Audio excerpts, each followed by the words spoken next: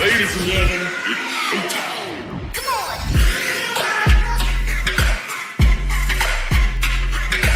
Alexander the Great, a military genius who conquered most of the world during his time.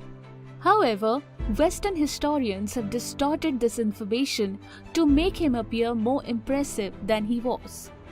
Alexander's last campaign, the invasion of India, is shrouded in myth.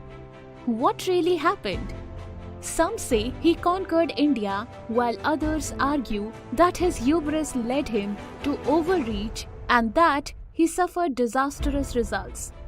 In 336 BC, Alexander III became king of Macedon after his father Philip II. He strengthened his hold on Greece and moved on to conquer Asia. Following in his father's footsteps, he decisively defeated the Persians and took over their territories. In 327 BC, Alexander the Great traveled to India in search of new land and riches. He was greatly impressed by stories of the country's prosperity and decided to invade. He clashed with local kingdoms on his way there and eventually reached the northwest of the subcontinent. Alexander's fortune rose due to the treachery of Ambi, of Takshila, and Shashigupta, who joined forces with him. He then defeated and destroyed the small local kingdoms in the area. Crossing the Sindhu, he held court in Ambi's Takshila to plan his next steps. Alexander encountered Paurav, the ruler of Kekai, who was at war with Ambi. Paurav was the most powerful ruler in the northwest. The Battle of the Hydaspes was fought between Alexander and King Porus in 326 BCE. It was a significant event in Indian history. The battle took place on the banks of the Jhelum River in the Punjab region of the Indian subcontinent. According to Western historians, the battle resulted in a Greek victory and the surrender of Porus. But the Greeks made no such claim. In the ancient world, Greek contemporary writers described the Battle of Hydaspes as the hardest fought of all Alexander's battle.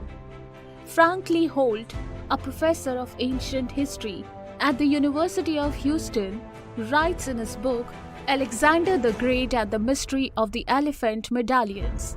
The only reference in Arian's history to a victory celebration by Alexander's army was after the battle with Porus. In the wake of their many victories over the Persians, Alexander and his army displayed little to no fanfare. There was no grand celebration after the Battle of Gaugamela, where they defeated a force of 200,000 Persians. Likewise, there were no wild festivities announced after the Battle of Issus, where they defeated a mixed force of Persian cavalry and Greek mercenaries. After the Battle of Hydaspes, the Macedonians may have celebrated because they considered themselves lucky to have survived. The Hindu army, known for its elephant corps, could have easily defeated them. If Porus lost, why reward him?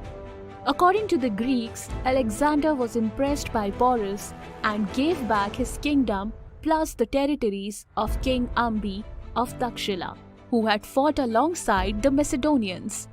This doesn't make a lot of sense.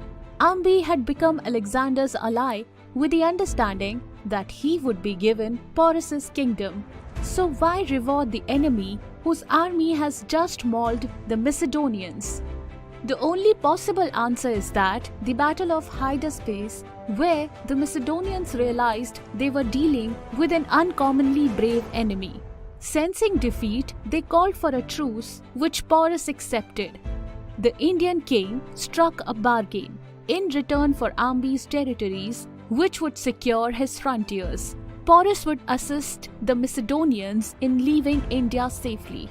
Another illogical excuse by Western historians is that when Alexander withdrew from India, it was largely because his troops were exhausted and close to mutiny.